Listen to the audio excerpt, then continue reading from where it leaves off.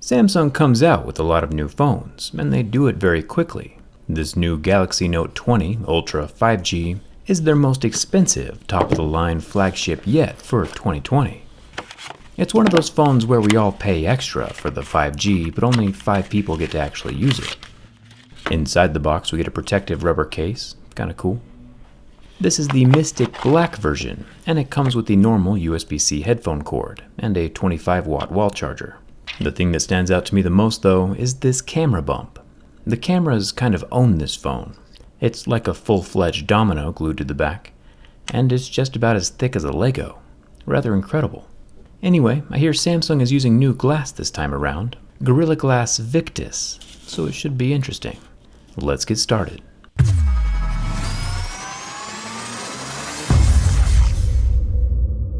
One of the reasons I'm interested in this Galaxy Note 20 Ultra is because it's the newer version of the phone that I'm currently using, the Galaxy Note 10 Plus.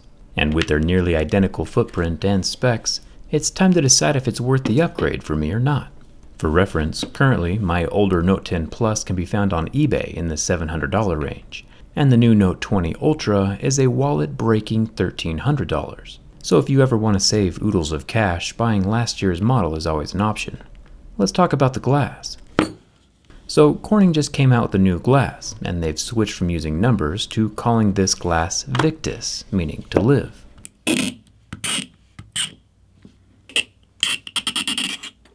Samsung was nice enough to protect the Victus glass with a free screen protector. But once we get that removed, we can start with the real scratch test.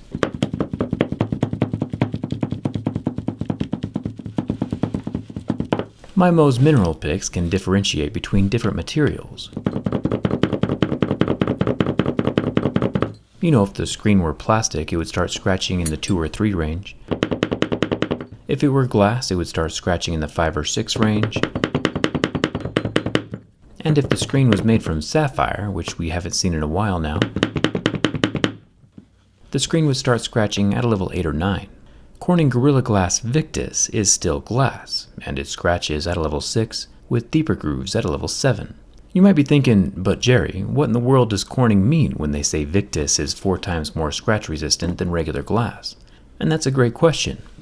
When Corning uses these talking points, they aren't comparing Victus to previous versions of Gorilla. They are comparing Victus to regular glass, and it is indeed much stronger than regular glass, but it's still glass. You know we have the plastic, glass, and sapphire realms of hardness. The glass realm is here in the middle at 5, 6, or 7.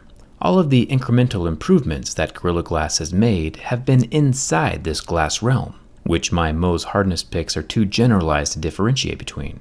The Mohs mineral test is a rough scale designed to find the difference between lots of materials, like plastic all the way to sapphire, but not to check the minute subtle differences between different types of glass. A machine capable of specifically analyzing that section of information would cost in the $100,000 range, and maybe someday I can get my hands on one. But while Victus is an improvement in the glass realm, glass is still glass, and I'm still always just going to use a case. The S Pen does still have removable tips, so you can switch between the soft and hard depending on your writing style. The S Pen, even though I don't actually use mine all that often, is still one of my favorite pieces of technology.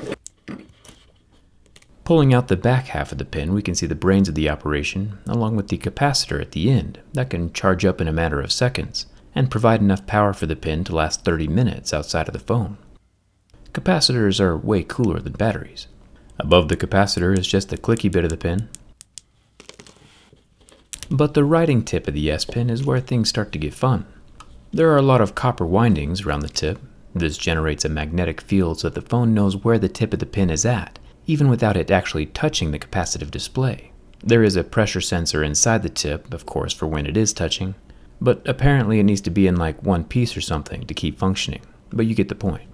It gets even cooler when we look on the inside of the phone. There's a super tiny wireless charger resting on top of the S Pen slot that you can see here on my Teardown skin.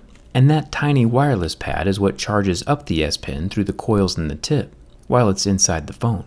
Pretty awesome.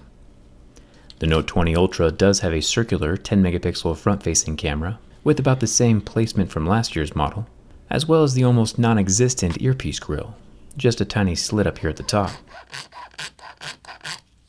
The phone body is made from aluminum. You can see the silver peeking out from underneath the mystic black. And the buttons are also made from metal, and for some reason still totally removable.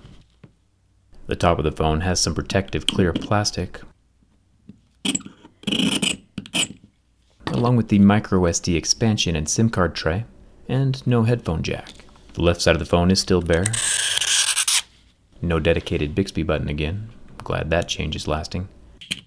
The bottom of the phone has more temporary clear protective plastic and metal next to the USB-C port. The Note 20 Ultra back is made from glass, but rumor has it that Samsung's regular Note 20 is made from plastic this year. Let me know down in the comments if you want me to test that phone out. Where I do start to get a little bit tempted is the cameras. The Note 20 Ultra has a built-in 12 megapixel 5x periscope camera, where mine only has a 2x. Then there's the 108 megapixel 8K main camera, where mine's only 12 megapixels and 4K. Then we have the 12 megapixel ultra wide camera, where mine's a 16. There are some pretty big changes this year camera-wise, but still probably not worth my $1,300. Especially since my own phone is still working pretty great. Plus, maybe if I wait a bit, they'll find a way to minimize that camera bump. The only way to make this camera bump cool is by showing what's actually inside of it. I'll lay the teardown skin over top of the camera plateau, and get the rest of the phone covered up. And now we can see exactly how big the sensors are, and how much real estate that periscope zoom camera takes up underneath the hump. It's kind of all similar to last year's design, except for the S Pen is on the other side. I'll leave a link for my teardown skin down in the description. It's already available for most of the popular phones, tablets, and even laptops. The screen has improved a bit this time around. Even though it's the same resolution, it has grown 0.1 inches, and also has the capability to refresh at 120 Hz. Also, a tiny bit tempting, but avoiding 1300 Hz on my wallet is more important than needing Hertz for my eyes. After about 23 seconds, the screen started to go black, which is normally something we only see on LCD screens. This guy doesn't recover and stays burnt. Rather interesting for an AMOLED. Just another prime example of why we really have no idea why the burn test exists. The fingerprint scanner test is useful though. Samsung is once again using the ultrasonic fingerprint reader. You can see that it's not using the light from the screen to illuminate my digit. It's just using those ultrasonic waves through the glass to capture my fingerprint ridges. I'll add some level 7 deeper grooves to damage things up and try again, and it still works every single time. Not too shabby. I'll peel off the structurally enhancing magic skin, kinda kidding on the structural part, but it is magic. The Note 20 Ultra weighs 4 grams more than my Note 10 Plus. And just like last year, it's as solid as a rock. No flex in the frame, no damage to the glass or to the phone itself. I would say I'm impressed, but it does cost $1,300, so it better be durable. And no one should be surprised that it is. Instead of buying an ultra phone and having an ultra thin wallet, I'm gonna stick with my regular phone and just keep my wallet where it's at. Speaking of keeping your wallet where it's at, I'm gonna be giving away these JerryRigEverything stickers for free.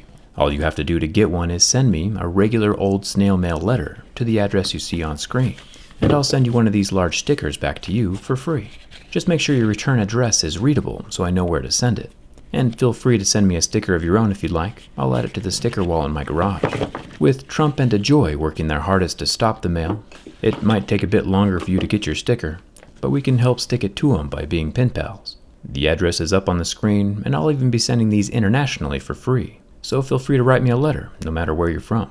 It feels good to keep my phone around a while longer. No need to replace something that isn't broken. I will be taking apart the Note 20 Ultra to see how the insides compare with the outside. So hit that subscribe button if you haven't already, and come hang out with me on Instagram and Twitter. Thanks a ton for watching. I'll see you around.